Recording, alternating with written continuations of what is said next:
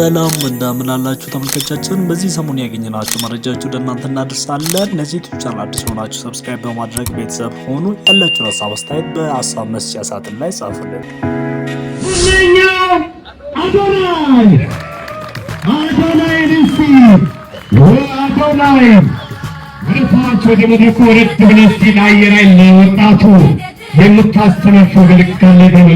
እንደ ሀገር በጣም ፍቅር ያስፈልገናል። እንደምታውቁት ግን ሀገር ማለት አንድ ሰው ነው። ኦኬ ራሳችን ማፍቀር ካልተማርን ደግሞ ሌላ ሰውን ማፍቀር አንችልም። እቺ ሀገር ፍቅር አይኖራትም። ስለዚህ ሁላችሁም አንድ ቻሌንጅ ልሰጣችሁ እፈልጋለሁ። ይህ ቻሌንጅ ምንድነው? ራሳችሁ ላይ እግዚአብሔር ወይም አላህ ወይም የፈለጋችሁትን መፈለግ ጀምሩ።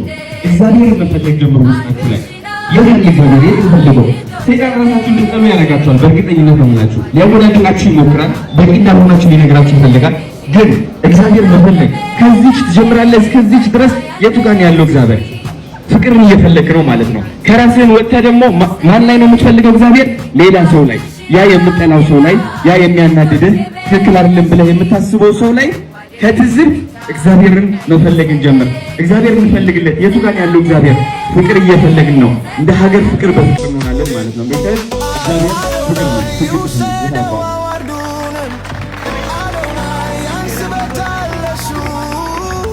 እናመሰግናለን። ሁላችንም ሰገድ ሁሉስ ያን እንግዲህ አዶናይ በዚህ ጊዜ አሁን ኢትዮጵያ ውስጥ በጣም እየከበደ መጥቷል። ከታዋቂነት ያለፈ ክብር እየተሰጠው ይገኛል ማለት ነው። እንግዲህ በአባይ ቴሌቪዥን ፕሮግራም አቅራቢነት መስለኛልና ለኢትዮጵያ የአየር ኃይል ግቢ ውስጥ ተገኝቶ ነበርና ለኢትዮጵያ አየር ኃይል አባላቶችም ደግሞ አንድ ምክር ሰጥቷቸው ነበር። ራሳቸውን መውደድ እንዳለባቸው፣ ራሳቸውን ካላፈቀሩ ሌላን ሰውን ማፍቀር እንደማይችሉ፣ ሌላን ሰውን መውደድ እንደማይችሉ፣ ሀገራቸውን መውደድ እንደማይችሉ፣ ቀድሚያ ለራሳቸው መስጠት እንዳለባቸውና እንደዛም ደግሞ እግዚአብሔር መፈለግ እንዳለባቸው፣ እግዚአብሔር የት ነው ያለው የሚለው ነገር አላህ የት ነው ያለው በሚል ነበረ እንግዲህ አዶናይ ሲናገር የነበረውና በጣም ደስ ይላል። አማርኛውን ስትመለከቱት አማርኛው ያን ያህል እንደ ሌሎቹ አቀላጥፎ ላይ ይናገር ይችላል፣ ግን ደግሞ ጥብጥ ነገር ነው የሚናገረውና እንደገና ደግሞ ያንንም የሚያደርጋቸው ነገሮች ከልቡ ስለሚያደርጋቸው እጅግ ለዛ ነው እንደውም ስኬታማ የሆነው ብዬ አስባለሁ። እንደዛም ደግሞ በቅርብ ጊዜ እንግዲህ እሱ አንድ ታውቃላችሁ ምናልባት ብዙ ፊልሞች ላይ ሼፉ የሚባሉ ፊልሞች እንደዛው እና ብዙ ፊልሞች ላይ የምታውቁት ሄኖክ የሚባለው ሄኖክ ወንድሙን ከሱ ጋር ፊልም የመጨረሻ ቀረጻ አድርጓል ማለት ነው። ያ አዲስ ፊልም ፈርጃ የሚባለው ፊልም እያዘጋጀ እንደሆነ በሚዲያ ሲያስታውቅ ነበርና እዛ ላይም ደግሞ ተሳትፎ በድንቅ ብቃት ነው የተወነውና የተወናውን መጨረሻውን ደግሞ እኛ ሁላችንም የምንመለከት ይሆናል። አዶናይ እንግዲህ አሁን ኢንተርኔቱን ተቆጣጥሯል ማለት ይችላል። ማህበራዊ ሚዲያውን ቲክቶክ ብትሉ ፌስቡክ ብትሉ ሁሉም ቦታ ብትገቡ በቃ እሱን ብቻ ነው የምታገኙትና አዶናይ ደግሞ ይሄን ያህል ዝነኛ ያደረገው ነገር ምንድነው ቢባል በቃ ከልቡ ነው የሚሰራ። ማንም ሰው ታዋቂ መሆን ይችላል ማለት ነው። እሱን ስናይ ስግጥ ፍምስ እያለ ስግጥ ፍምሱ ምንድነው በመጥፎ ነገር ሳይሆን በጥሩ ነገር እኛ በልባችን አለን ብለን የምናስበውን ነገር አውጥተን ከሰራንበት መቀየር እንደምንችልና አጭር ጊዜ ውስጥ ታዋቂ መሆን እንደምንችልና ታዋቂ ብቻ ሳይሆን መክሊታችንን ማውጣት እንደምንችል አዶናይ አንዱ ማሳያ ነው ብዬ ነው የማስበውና አዶናይ ላይ ብዙ ሰዎች ይነሳሉ። ባለፈው በተናገራቸው ነገሮች ወደ ኋላ ተመልሶ ሴፉ ለዛ ነው ይመስለኛል እኔ ጠምዶ እሱን የያዘው ምንድነው አሳዳጊ የበደለው ሰው ምናምን ብሎ አንዳንድ ጊዜ በቃ በተረባ ምናምን መናገር ይፈልጋል። በቅነኝ ምናምን እንደዚህ በቃ አለፈ። ሴፉ ለራሱ ማን አባቱ ስለሆነ ነው ይቅርታ አድርጉልኝና ሴፉ ማን ስለሆነ ነው እንደዚህ የሚናገረው? ራሱ ጫት እየቃመ ነበር፣ መጥፎ ነገር ሱስ ውስጥ ነበር። እንደውም አሁን እየተስተካከለ እየመጣ ነው እንጂ አሁን ከዚህ በፊት እኮ የምናገረው ነገር ራሱ ተጠንቅቆ አያወራም ነበር። ብዙ ስንት ሰዎችን ያሳዝናል። በሃይማኖት በብሔር የሚናገራቸው ነገሮች ቀልዶቹ ራሱ ደስ አይለውም። ብዙ ጊዜ እንደ ትልቅ ሰው ሳይሆን የሚያወራቸው ነገሮች በቃ ጥቃቅን ነገሮች በጣም አሁን እየተስተካከለ መጣ። ምናልባትም ደግሞ ከአድማጮች እና ከተመልካቾቹ ከአድራጊዎቹ በሚሰጡት ኮሜንቶች ወይም ደግሞ ሀሳቦች እየተስተካከለ መጥቶ አሁን ጥሩ የተባለ በጎ አድራጎት ስራዎች ላይ ይሳተፋል። ለዛ ስሙ ዝናው ገነነ ነው አሁን የሚዲያ ሰው ስለሆነ እንጂ ሴፉ ከዚህ በፊት ስንት መጥፎ ነገሮችን አልሰራ ወይ ነገር ውስጥ አልነበረ። አዶናይ ተናገረ ግልጹም በቃ በድብቅ የሚደረገው ነገር ብዙ ሰው ማሰቤት ያደርጋል። የማይዋሽ ነው። ስንት ሰው ምናምን እንደዚህ ራሱ ማርከን ሁሉም ነገር ያደርጋል። ማንንም የሚዋሽ ነገር አይደለም። ብዙ ወጣቶች እንደዚህ አይነት ውስጥ አሉ። ይሄንን በጓዳ ያለው ነገር አጋልጣ አደባባይ ላይ አወራ። ትክክል ያለው እውነታ አወራ። አውርቶ ደግሞ ሰው እንዲማርበት እንዲለወጥበት ነው የተቻለውን ሁሉ የገባውን ያህል እንደዚህ ከዛ መውጣት ይችላልላችሁ። ያ መፍትሄ ሐሳብ ነበር ያወራው።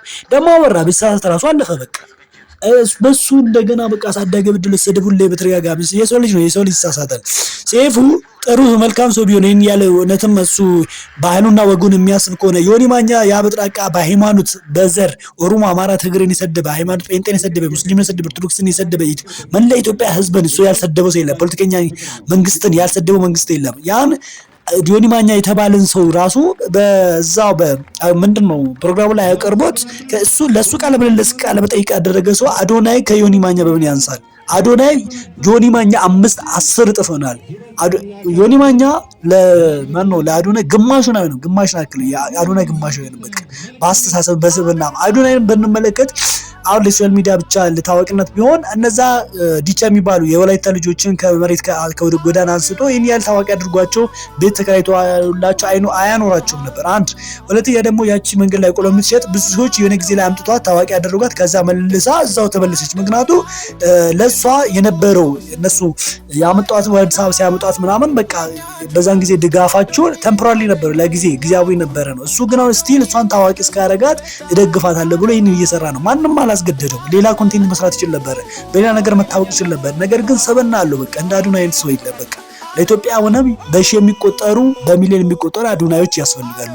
በቃ እንደ አዶናይ እኔ በጣም አረንቋለሁ። በቃ የሚያደርጋቸው ነገሮች አዶናይ እንዲህ እንዲያደርገ ምናምን በቃ አዶናይ ደግሞ ከምንም ከማንም በላይ ታዋቂ የሆነበት ምክንያት አንዱ ምክንያት ምንድነው? ራሱን ስለሆነ በቃ ኦሪጂናል ቨርዥን ኦፍ ሂምሰልፍ አግኝቷል። እሱ በቃ ስለራሱ ትክክለኛ ማንነት ማንንም ለመምሰል አይሞክርም። ፈረንጅ ለመምሰል አይሞክርም። ማንንም አበሻ ለመምሰል አይሞክርም። በቃ ትክክል የሚሰማውን ስሜት ግልጽ የሚናገር ሰው ነው። አንተን የሚያደንቅ ከሆነ ያደንቃል። ደግሞ ለኢትዮጵያ መላው ለኢትዮጵያ ህዝብ መላው ለኢትዮጵያ ህዝቦች በጣም ክብር ያለው ሰው ነው። በጣም በንግግሩ በሁሉም ነገሩ በቃ በአክብሮት የተሞላ ነው። እንደውም ትልቅ ሰዎችን ሲያከብር እንደ ድሮ ምናምን እኔ እንደሱ አይነት ሰው አለ ብዬ አላስብም። በጣም ነው የማደንቀው። በቃ ቲክቶከር ማለት ይሄ ነው። ትክክለኛ ቲክቶከር የተገኘ ይሄ ነው። ትክክለኛ ሰብና ትክክለኛ ሰባዊነት የታየበት ሰው አዶናይ ብዬ ነው የማስበው። ብዙ ሰዎች ቲክቶክ ሲባል ሰውን የሚያስቅ ዝም ብሎ ኮንቴንት የሚሰራ እንትን የሚላል ነው አይደለም። እና አዶናይ ሁላችንም ልናከብረው ይገባል። ብዙ አዶናዮች እንደሱ አይነት አዶናዮች ያስፈልጉናል። ደግሞ በቃ ልቡ ንጹህ ስለሆነ ነው እሱ በአፉ ብዙ ነገሮች የሚናገር። ልቡ ንጹህ ባይሆን እንዲደብቁ ምናምን ብሎ ያስመስል ነበር። ብዙ አስመሳይ ሰዎች አሉ እዚህ ምድር ላይ። እሱ በቃ የዋህ ሰው ስለሆነ ከልቡ ነው የሚያወራ። በቃ እኔ በጣም ይመቸኛል አዶናይ። ቀጥል በርታ እላለሁ። ይሄን ቪዲዮ ካየን ደግሞ ለአዶናይ እንዲደርስ ደግሞ ሼር አድርጉለት። በቃ አንተ ጥሩ መንገድ ላይ ነው ያለው። ደግሞ ለሰው ልጆች ያለህ አስተሳሰብና ለሰው ያለህ አዘኔታ እጅግ በጣም ሳላደንቅ ማለፍ አልፈልግም። እና አንተ ትክክለኛ ሰው ልጅ ነህ፣ ትክክለኛ ኢትዮጵያዊ ነህ። ትክክለኛ እኛ ኢትዮጵያውያን ራሳችንን እንድንፈትሽ ራሳችንን እንድናይ ለሰው ምን ያህል ሰብናችን ምን ያህል እንደሆነ ራሳችንን እንድንገመግም ያደረግን መልካም ወጣት ነህ አንተ። ቀጥል ለማለት እወዳለሁ። ሰላም ሁኑልኝ።